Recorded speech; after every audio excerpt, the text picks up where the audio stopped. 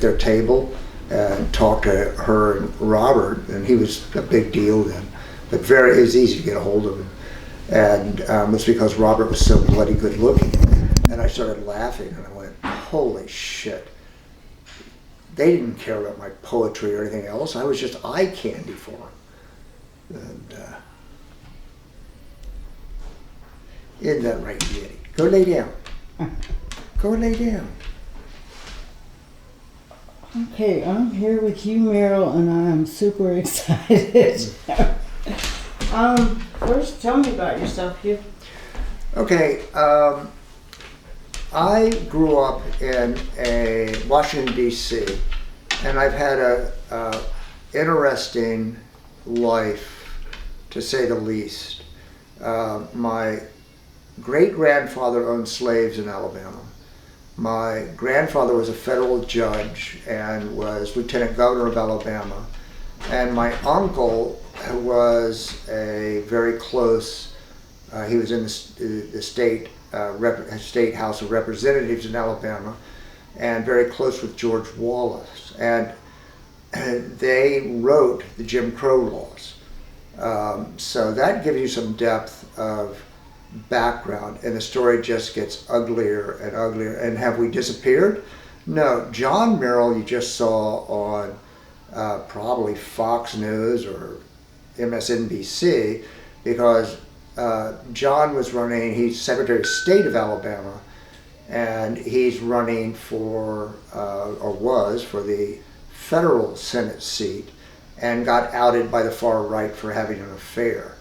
So the Merrills have been in Alabama as slave owners, writers of Jim Crow, on legal lynchings, and probably ones that weren't so legal.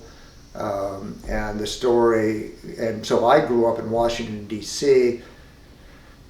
This is a little thick, but used to go out to Robert Kennedy's home and play with Bob Kennedy's kids, and knew Ethel Kennedy, and would go to teas with my parents, and sat on Wernher von Braun's lap, who put us on the moon, but also put all the bombs into the rockets into London.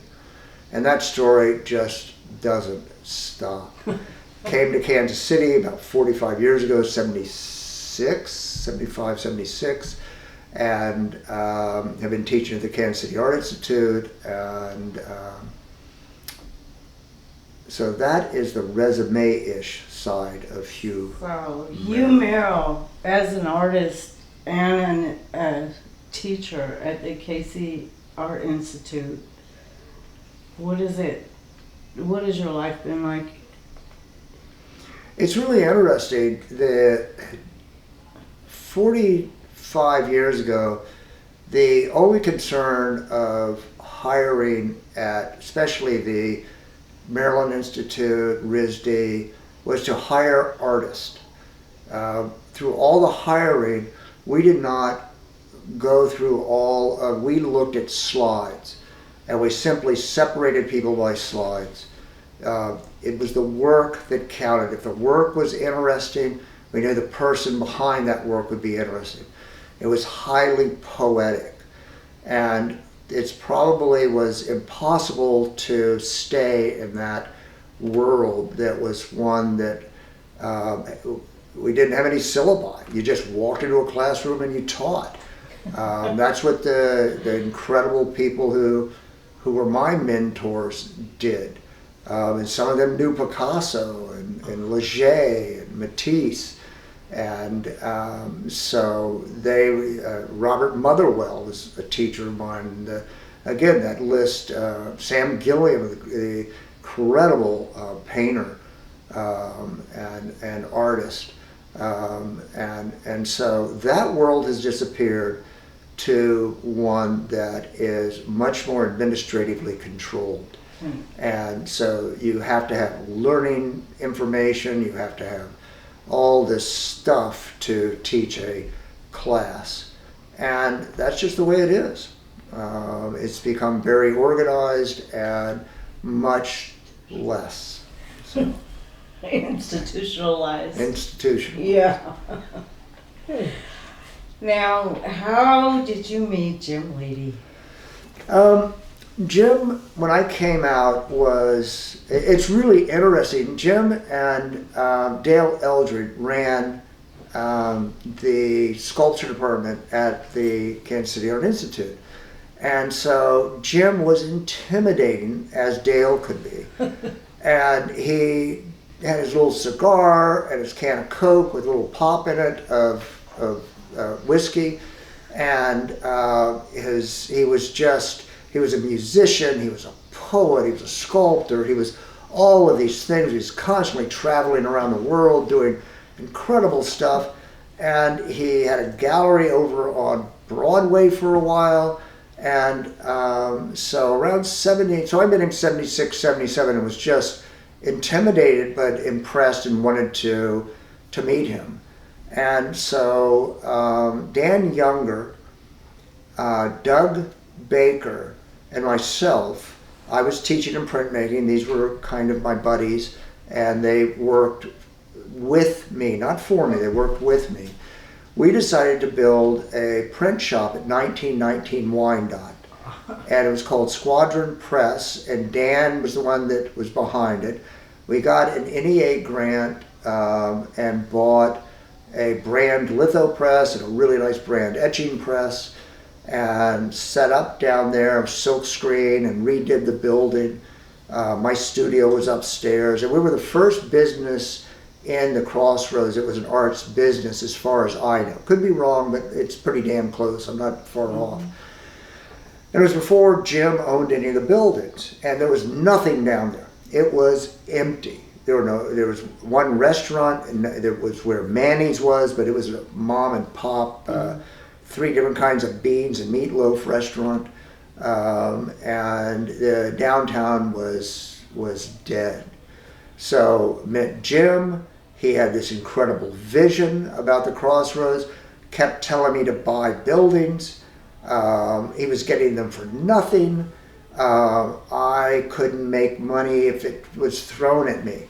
I could have bought 1919 Wyandotte for $30,000 and chose, well, there were other extenuating circumstances with the Art Institute that I won't go into at the moment. And so I wasn't sure I was going to have a job, so I didn't buy the building. It's worth $1 million now.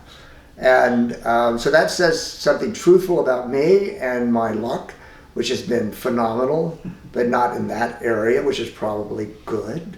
And so I was there when Jim bought the buildings, and we went down and went through them. Wow. Let me tell you something about the building. You know, when I was a little kid in Alexandria, Virginia, we were wealthy, and we would get in the car on Christmas season, drive over to Washington, D.C., downtown Park, and you would go to, let's see, Macy's, and there were 3 or 4 of these large, full block buildings that were these department stores. Mm-hmm. And there were no malls. They didn't exist yet. And so we'd go down there, and they would have all these window displays. And in each window, there would be a different kind of elf hammering, and there would be a grandmother, it looked like Sandy's wife would be knitting, and Santa Claus would have his shirt off. Not his shirt, his red top off and be hanging there, and he would be working on a list. And so each window you went to would be a different theme, and all of these, well, they made a lot of that stuff in Kansas City in one of the buildings that Jim bought. So when Jim buys the building, Jim and I go down to the basement and get down. There's really dark, and the whole basement must have 10,000 elf figures and clowns and Santa Clauses with, it was one of the eeriest things you could imagine seeing, and just frightening. And then the other buildings were just open spaces, raw, just in terrible condition.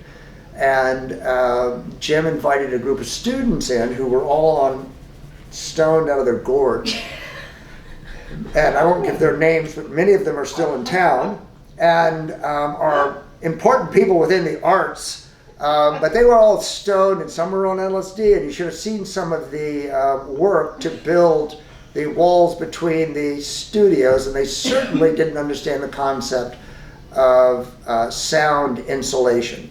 So when Jim first built those buildings, if anybody was doing anything tawdry or erotic, and you were sleeping in the next studio, you might as well have been in the same room with them, and vice versa. So it was an absolute phenomenal experience to watch Jim just stick with this vision when most people in business would have said, I'm not going to invest down here, this is ridiculous, I'm not going to certainly hire stone craftsmen to build walls for me, and but he persevered, to say the least. Tell me about how they finally found a name for the Crossroads. Oh, that was a little bit of a discussion, if not an outright kind of people taking sides. It was called Leedyville. Jim had produced it, and so the Jimbo folks even went out, and you can go in front of the Leedy Volcus, and there's written in the sidewalk, in the cement, it says Leedyville, and they put in some tiles. And so that's what we wanted, but the business community went, no, that's not a good idea, probably, and I'm making this part up, but probably going, no, we need something neutral, we don't want to be tied to one business person, one person will honor Jim, but let's do it. And so I don't know who came up with the word Crossroads. Now, Crossroads is the story of Faust, but more fun and more interesting, it's the story of Robert Johnson on Highway 61, going to the crossroads, selling his soul to the devil to play the guitar. Wow. And so that is so creative. So I think maybe, now this is Hugh Merrill just making stuff up, Right. but I think that the devil did it. That the devil wanted to name it the Crossroads in honor of the great Robert Johnson, and so that's how it got its name. Wow. I guess I'm a poet. What I heard, the guy that owned the Dolphin Gallery, I heard him on NPR, and they had Jim Leedy on there too, and they were talking about, no, we don't want to call it Leedyville, and he went to lunch with a bunch of businessmen or whatever from down there, and they said, well, that area is known as the Crossroads District or something, that, like how sections have a title. Yes. But Well, that's probably the true story. In fact, I'm sure that's the true story. right.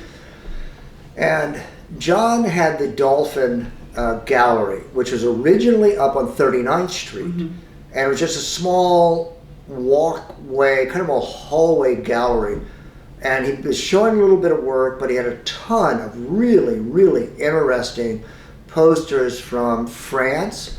The big silkscreen posters, the Toulouse-Lautrec kind of things, the Mucha work, and lots and lots, and this all was before this became popular, of the different kinds of coffees and wines and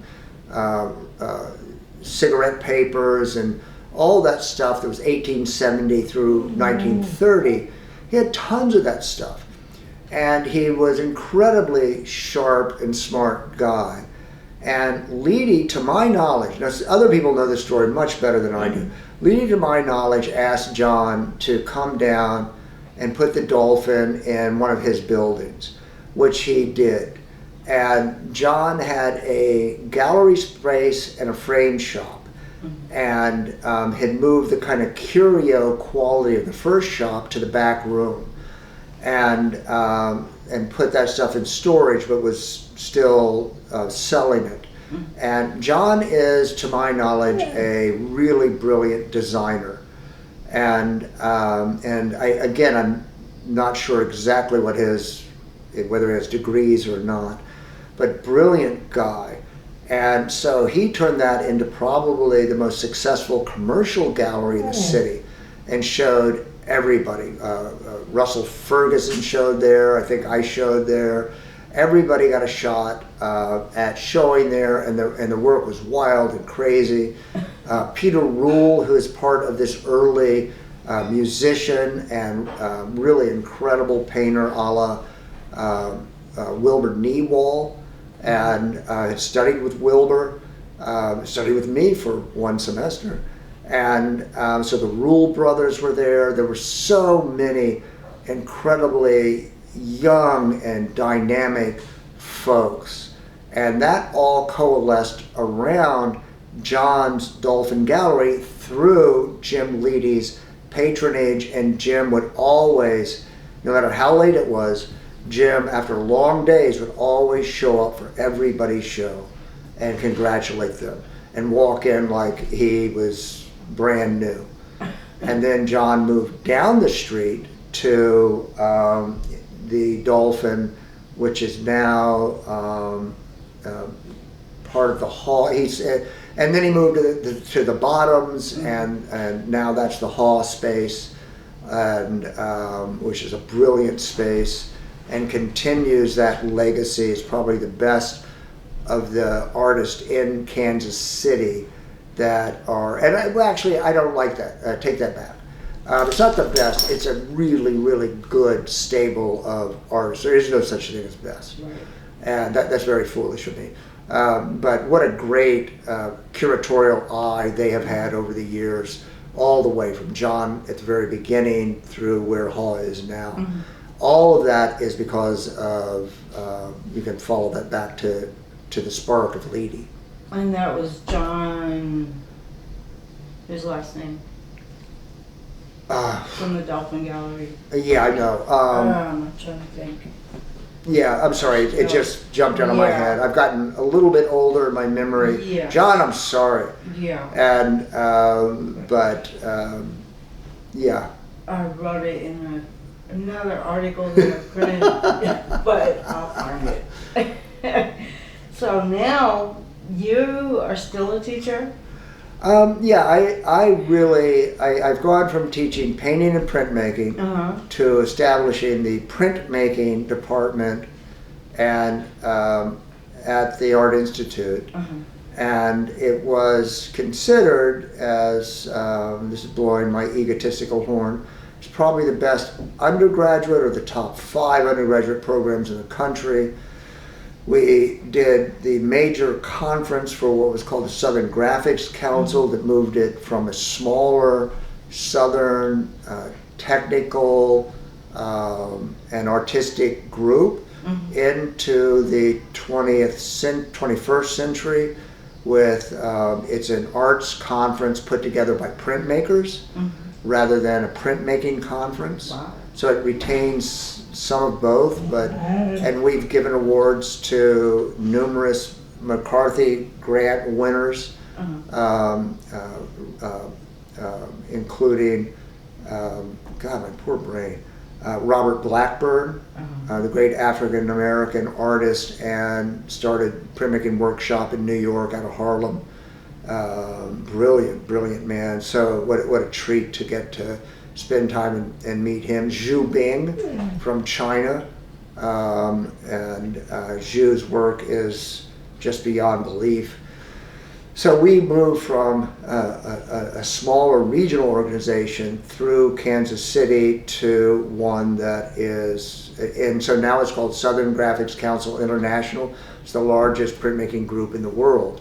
And that part of that history passes through my tenure in the print shop at Kansas City. Now it is has its difficulties. to say it's not that institution that I created. Right. So, do you remember a couple of students, Michelle and Richard Fritz? Yeah. They're good friends of mine. Oh, very good. Yeah. They're teaching painting classes. Let me say this. Michelle has got her art by the yard. In fact, she's the one who printed my business cards for me. Yeah, one of the I have when I was in utero, my mother did not want to have a baby, and so I was always called Dratsab, which is bastard backwards. That was my nickname as a kid. And she was stuck out on a farm and drank really heavily all day long. I don't have fetal alcohol syndrome, but I do, the doctor said you do have some problems. And one of those is like Chuck Close, who I've talked to about this. Chuck Close and I met and we talked, and we didn't talk about art, we talked about face blindness. And of course he does these big faces because he can't remember anybody. And I can't pick my daughter out of a photograph. And unless it's just a photograph of my daughter, and then sometimes I'm not sure. I don't remember names of my students. Some, for God knows what reason, I'll remember, but most. So now I hid that, along with the fact I can barely read, and I got through Yale, but I can barely read, have no understanding of how to write an English correct grammatically, and sentence. I'm ADD, I'm depressed. Man, I got it all. And so I've been able to navigate life and stay teaching and actually do something of value. I was sexually abused as a child. And yay for the YMCA. And the steam room. With a lot of men, and so this is all. But you don't only persevere; it simply becomes part of the fabric of life, right? And of who you are. At the end of the day, I've done its best job possible with, and maybe better than I think, and I've succeeded, and that's a nice thing at 72 years old. Yeah. To look back and go, I did this, I got there. And chutes and ladders. You have traveled all over the world. You've got paintings galore. You just gave away 50 prints yesterday? Yeah, in the art world, and as you move towards the upper echelons, right. The 20 to 5 to 2 to 1% can afford your work. Right. So I was talking to Eric Fischel, a very important painter and a really nice guy who he patted me on the head and referred to me as Mini-Me because he thought we looked alike, which I thought was great.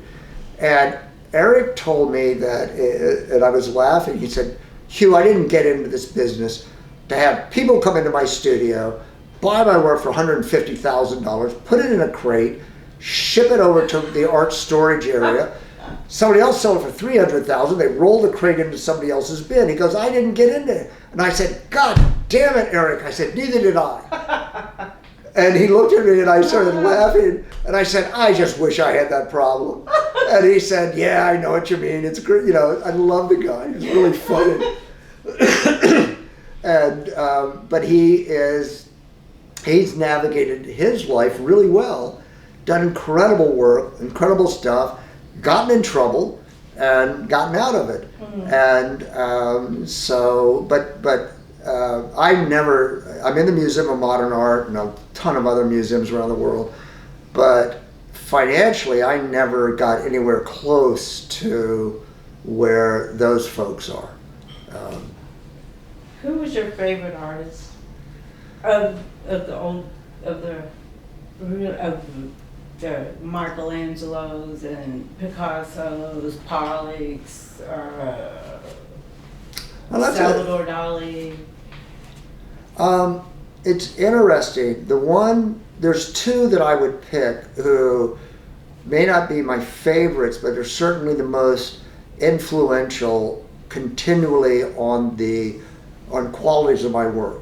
One is a guy that most people won't recognize named Gabor Parody. Gabor was a genius in Hungary at 16 years old, won a prix de Rome, went to Rome prior to the movable feast in Paris. So during the time of Leo and Gertrude Stein. And he got thrown out because he would not paint realistically. He began painting like the wild ones, the Matisses. And so he got on a train. He was glad to get thrown out. Got on a train, went to Paris, and in no time at all had met Picasso and Matisse and Leger, and they took in this young man. During World War II, he was able to get to the United States, join the United States Army, become a citizen, ended up teaching at Yale. Okay, that's who he is, that's background. What he could do was these incredible engravings and drawings of qualities of nature, of clouds and rainstorms and sea, all with kind of a black and white linear quality. And so his ability to draw organic, natural, why am I thinking in Spanish? Stop it. Tiempo, weather, and is beyond me. But those drawings are seldom shown. They're very valuable. They're in a lot of museums, and the prints also, and they are instructively gorgeous.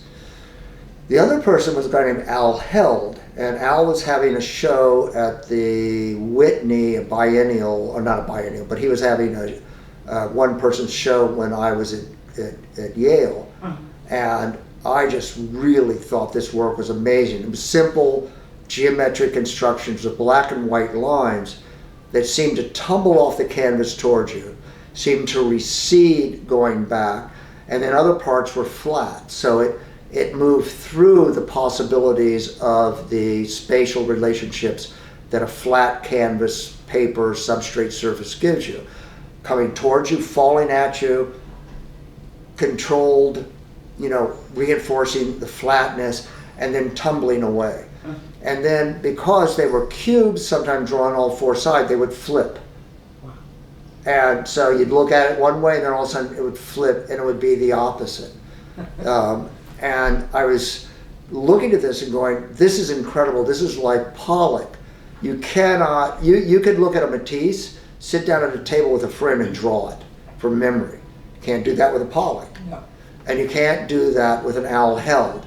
They are animated still pieces. They flip and they move and they're energized, but they are not graphically controlled by a rectangle, vertical, horizontal grid. Like all of the Renaissance paintings are controlled by that grid.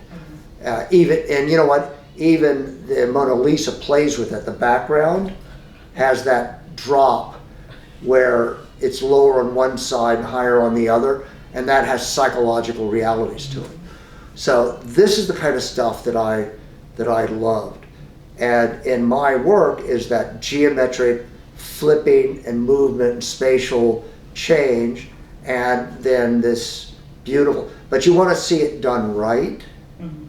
All you got to do is go to Julie Mahettu, and would I love to sit down and have a glass of wine and talk. She gave me a piece for my book, which I thought was very kind of her. Never met her. She didn't go to Yale. She went to RISD, but my gut feeling she had studied with a Yale, because I wrote and told her she does the best Yale drawings in the world.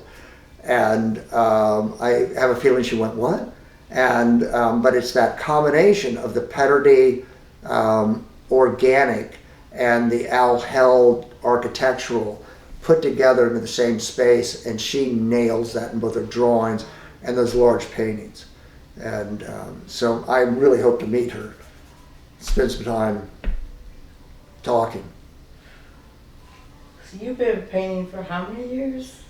Or Sketching, drawing, painting? From 1968 until now would be the adult career. Right. When I was a little kid, I would draw, because we watched, and I'm using the word Indian here purposefully, we would watch cowboy and Indians. We would watch World War II and World War I movies. And then I would sit down and draw those.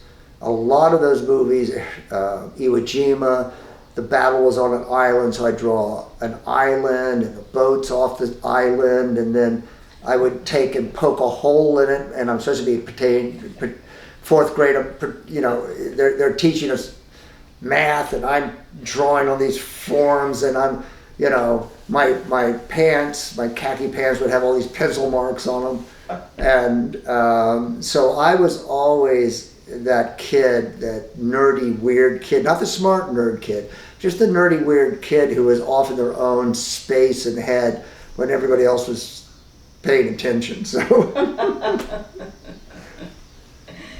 and you've traveled all over the place. You've been to Australia. Well, the traveling, here's the thing that's important. I had a show at the Nelson Atkins Museum, 1986, and I think there were close to 80 pieces shown. Right. That's a big show for the Nelson. Yeah. And the Museum of Modern Art collected a couple of those pieces through George McKenna, got in touch with Deborah Y at the museum and said, you got to have some of these. And so it was all arranged. And, but I began, when I had the show, it was really funny, my colleagues, who I love some of these people deeply, but they also were funny because I was a new kid in town, and they said, how'd you get that show at the Nelson? And, you know, I always thought that was funny. They didn't say, Hugh, that's a great show. Jim Sajovic did, and so did his mom. So thank you, Jim, and thank you, Jim's mom. But most people said, how'd you get the show? They were angry that I somehow was one of 3 artists who had ever had a show, one-person show at the Nelson, who was a contemporary. And I even had it before the great Jim Leedy and, not Jim didn't have the show, and Dale Eldred had a show. Huge, incredible, much, you know, I would say much better than my show. Completely different, but really something. Bouncing light and all, incredible show. And yeah, so that was, what was the question? I've run out, I've run so far out on the pier that we were talking about where you've traveled, and then we got to shows. Now, all right, let me go back. Travel. So what I did was began to say, I didn't get into this game to get famous. Right. I came from this family that I mentioned, and so I've been very politically and socially involved in the women's movement, the gay movement. I've always been bisexual, and the civil rights movement. I even got to talk to Reverend Jesse Jackson on the phone a couple of years ago. On Christmas. How do you like that? The Rev called me on Christmas. That's about as cool as it gets. Yeah, it is. So I began working with kids in Kansas City, Kansas. And then pretty soon I took over a thing called Chameleon. And that led to traveling overseas to work at Mother Teresa's in Nairobi. And I worked with a group, Josie Mai and some other phenomenal people, to help set up Villa Teague Orphanage. We set up our own orphanage in Dandura, which is one of the poorest slums in the world. And went there and worked with these kids, and these people took my son there. And we went out and worked in a town, and now try to raise money for this. We worked in a town off of Lake Victoria called Bulimia, Africa, Bulimia, Kenya. And so I thought that was hysterical to try to raise money for bulimic kids in Africa. So that was funny and problematic. So from there, I worked with incredible medical missions. Dr. Tony Rosella, who's from the Philippines originally, and his wife Luz, and their kids, I know all of them. And so we have gone to Guatemala 5 times to work in Brother Hermanos, or Hermanos, Los Hermanos Hospital. Right. And we went to Cuba. I got to work in Havana, both with printmakers and with the Children's Hospital there, and we did murals on the wall, which was unheard of. And all the doctors came in because it's kind of restricted, so that was a freedom. The Philippines was phenomenal. I have photographed operations of cleft palates, cleft lips, other things. I've worked with children who didn't make it the next day. There was a young girl that I remember who I thought was a young boy. It was actually an 18-year-old girl. I thought it was a 12-year-old boy. The malnutrition was so great that the nurse walked out and said, she won't be alive by next week. There's nothing we can do. It's too far gone.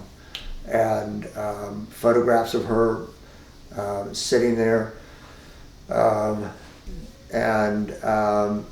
China, all over Europe, doing projects 5 times to, you speak any Polish?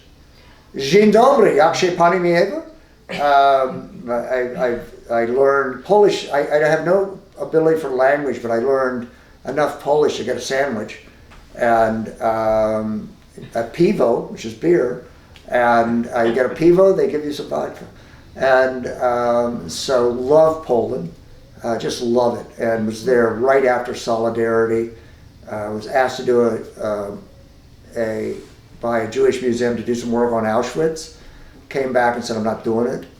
I'm not doing Auschwitz kitsch, skinny people and ring arounds and barbed wire.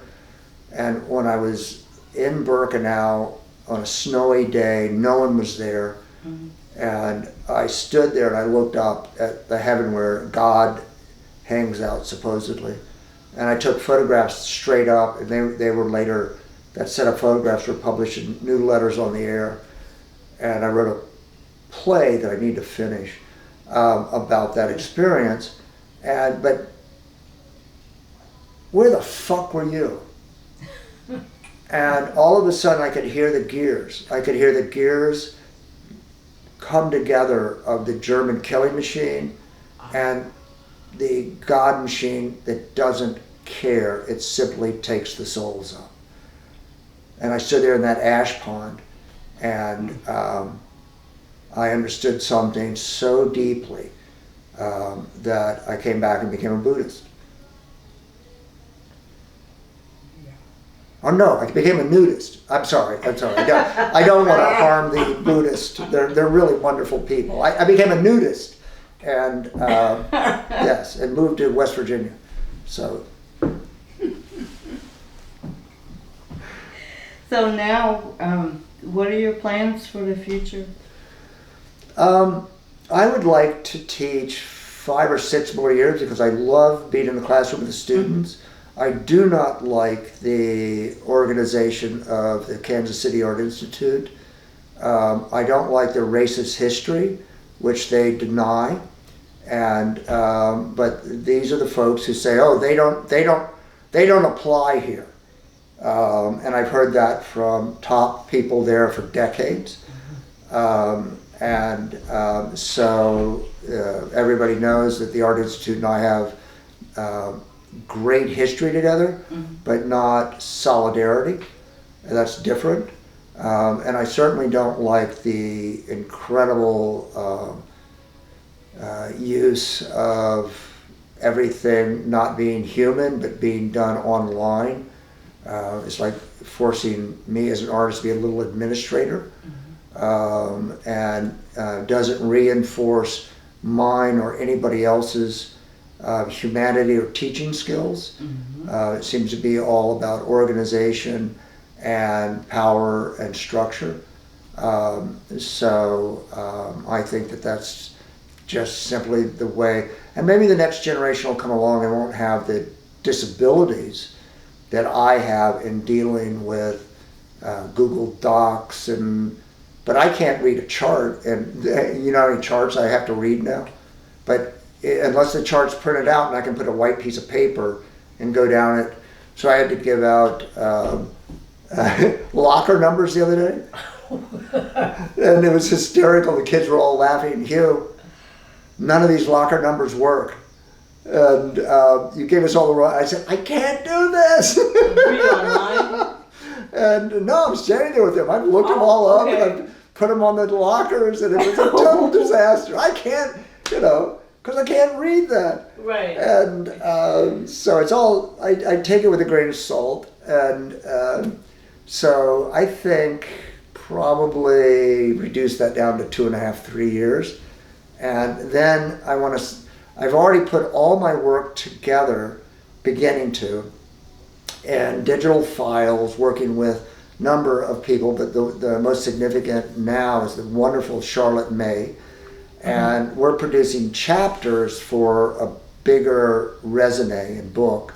And so we're doing each chapter so that it's together, that then we can pull it all together, get some people who are interested in my contributions to write about it, and do the same thing with a little bit easier with some of the paintings because there's less of that.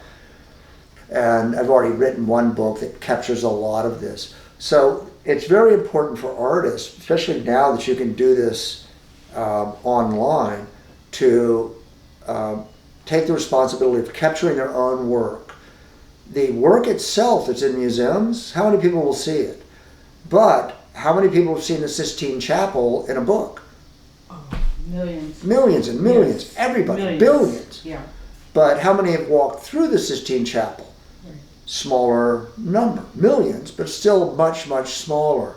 So we experience things through the reprint. So in many ways, the reprint, the knowledge of the communication, is as or more important than the object itself. Yeah. But without the object, you don't have the communication. And so it's very, very subtle. I'm a poet, and I have trouble reading. I don't finish a poem until I get up and read it for an audience. Then I can hear it. When I'm reading it, I read it, and when I read somebody else's poem, and so when Sharon Eicher, who's a dear friend, comes to my class, and if they read her poetry, that's one thing. To watch Sharon walk into that class, take over those kids' sensitivities, to sing blues to them, and then to read some of her poems, sing some more blues, be self-deprecating, tough, smart. She leaves, and everybody's like, so, when's she coming back? How come she's not teaching us? And I go, what about me? But it leaves such a huge impact. So the reality of the real thing read, it's one thing to read Dylan Thomas. It must have been another to sit in a bar with him and have him recite. Now, I would like that. And what are your thoughts? This is a totally off the Hunter S. Thompson. Oh, yes. What are your thoughts? Well, there's also the Confederacy of Dunces, which is not Hunter S. Thompson, but is, to me, extremely interesting because the book was not published until after the death of the author and the insistence of the mother. And the Las Vegas book and others present what is a Bukowski world of actual experiential learning and human interaction, rather than, in fact, Rimbaud said this, and Mallarmé, in so many words, I can't quote this, but basically you've got to do something to destroy your bourgeois life. all the rules, and I came from a Southern mannerist world. The worst thing you could do is to embarrass my mother. And my mother did not use words like shit or fuck or like that, but she'd say, oh, that man is so ugly. And ugly did not mean appearance, it meant he used such coarse language, you know. And so that whole menagerie world, you've got to break the glass menagerie to enter into actual feeling. All of us are in primary thinking positions. A woman from a rural existence and life that's wonderful in outside of Hays, Kansas, and a woman who grows up in Brooklyn and is savvy and sophisticated and cosmopolitan. Let them cross worlds. I'll tell you what, the woman from Brooklyn goes and stands in a corral with a 15 hands high horse and tries to feed it a sugar cube, is going to freak out, scared to death that horse is going to eat it. And she's going to lose a hand and not be able to, horses don't eat human hands. And drops the sugar, the horse eats it on the ground. And the woman hopefully laughs because the other woman is, you know how the horse will muzzle up to you and push you with their big, beautiful faces and you can feel their soft nose. That's fantastic. Reverse that, and the woman from Kansas ends up, never been in a cosmopolitan place like Brooklyn, walks out on the street. Here are 4 16-year-old kids in hoodies, mixed race, walking and pushing each other, laughing, doing a little dance, and she goes, I'm in the hood. They're all carrying guns. They're going to steal my purse. They're going. She has all, because that's the knowledge that she has experienced. They walk by, nobody else cares, and she comes back, tells the story. It's like the horse story. It's all fine. They've both got beyond their primary thinking. Mm-hmm. And so that is a lot of what I try to teach. It's not who's the best in the class. How do you perceive? How do you judge your perceptions? How do you, seeing as an intellectual act, because you judge everything you see. Do you pick up a $20 bill in the gutter? Or do you pick up a letter that's laying there? The letter may be really interesting. Probably not. Important. I don't know. Could be important. Yeah. Could mail it to somebody that, you know, maybe it was dropped. No, you walk by it. $20? Oh my God, it's got ketchup on it. I'll still pick it up. Right. So that's to me is important. Do you have any books published? Yes, a bunch. There's a book called Jeanette Powers and I put together on 40 years of my work called Consistent Divergencies. And it covers my first 40 years of work, went with a show at the Lady Volcus. It covers my work at Chameleon Arts and Youth Development for 30 years, working with homeless kids, kids at Lincoln. Kids at Lincoln are fantastic. They're far from the homeless kids. Mm-hmm. Paseo High School, Niles Home, all these different. And then there is my paintings, drawings, and installations, and my travel. So that's all in a book, the first. Mm-hmm. Then there is Preaching to the Choir, which is one of my favorites. And it is my essays on contemporary printmaking. Wow. And Spielberg's never going to buy the rights to that one. And then there is the Learning Journal, and that is my experiences in teaching and foundation, how to teach perception and some of the things we were just talking about, and not just teach the modernist Bauhaus how to do color. That stuff's all important, by the way. Yeah, very but important. It's got to be balanced. Yeah. There's 2 books of poetry, Dog Alley, and which is about experiences in Baltimore and heroin and some other cool stuff.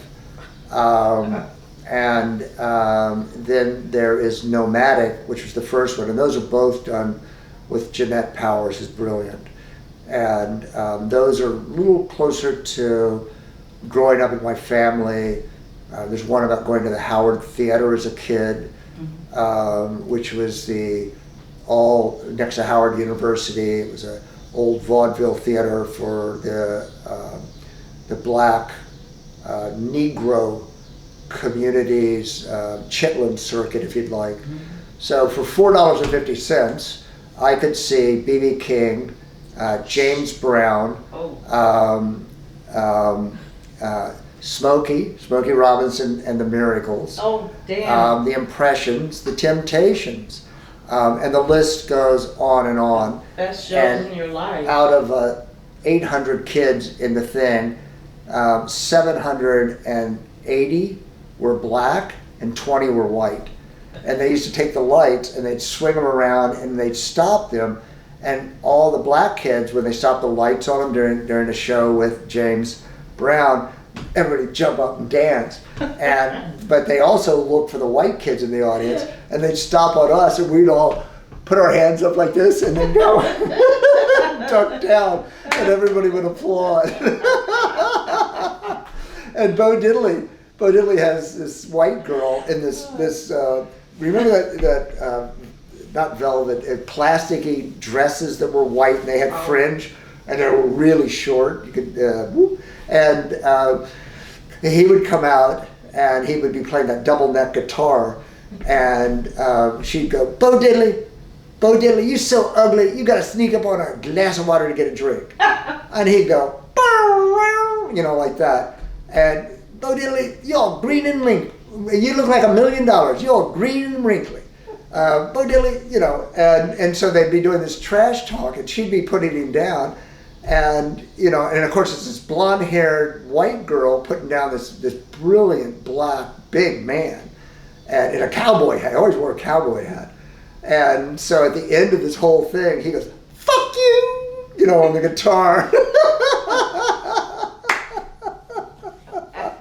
Made it tall. Oh my God! And yeah. Those are the days. So later on, I met Jimmy Reed, great urban blues guitar player. Right. Drank with him. Drank with great white piano player from Mississippi. What the hell was his name? And Mose Allison, great Mose Allison. So, he got thrown out of the University of Mississippi because he kept going to the black side of town playing the piano with all this jazz, and they said, "You go back over there again, you're out." And of course, he was over there the next night. Good guy. What else? Is that, you got to get rolling. Do you have a website for people to go to or anything? Yeah, if you look up Hugh Merrill, it's hughmerrill.com, all one word, lowercase. And it is put together by Charlotte May. And I don't try to sell anything on my website. I have no interest in that. Wouldn't know how to do it anyway. But it has all my publications, except for the poetry books that are through Stubborn Mule and Spartan Press. Everything else you can download for free. Oh, and there's the most important book, I do have to go, is Whiteout, which is the story of growing up in the Merrill family. And there's stories in there like they fired my mother. I was raised by two black women, Irene and Izetta. My father was fucking Irene, so my mother kind of figured that out. And so then Izetta came in. She wasn't. She was much more matronly. And then one day I come home and she wasn't there either because they decided I didn't need, and they wanted to save the money. And the stories are funny but dark. My grandfather hung a guy. He was a federal judge, or a state judge, that hung Sergeant Edward Caldwell. I visited Sergeant Caldwell's grave with my daughter in Atlanta, and the Black Cemetery there. to say a prayer over him because my grandfather hung him. And Du Bois wrote a letter. Someplace there's a letter in our archives from E.B. Du Bois, W.B. Du Bois, and one from Woodrow Wilson asking to save this young man's life. Wow. And all he did was he did exactly what Rosa Parks did. He sat in the white section in a full uniform, World War I. And so that's the book. You want to read a book by me, read that book. And read The Truth. Yeah. That's Whiteout. So those are all downloadable. Okay. All right. Well, thank you so much. Thank you. I really don't like talking about myself, obviously. Well, you did a great job. And again, you know, Wonderful. we started with Jim Leedy, we'll end with Jim Leedy. This is Yeah, what Jim please. taught me. Yeah. Because I'm very comfortable in talking about myself in a sense in the third person. Right. And Jim said, look, that's something here you really need to do. You're a great storyteller. I'm a great storyteller. And when I'm before a camera, on stage at a gallery opening, I'm Jim Leedy. So when I'm up in the studio, I'm Jim Leedy. And that difference in tonality, I went, I get it, Jim. I get it. You nailed it. And so that's something, just like all great actors learn. On stage, you were Robin Williams. At home, you're Robin. And can't be on stage all the time, so it's good stuff. Love you guys.